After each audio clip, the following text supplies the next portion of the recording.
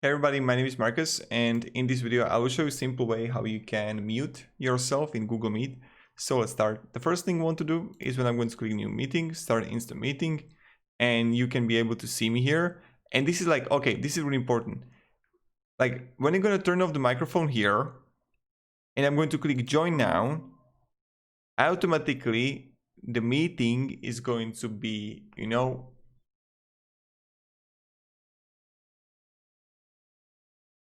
off, right? And then you can turn off the camera right here.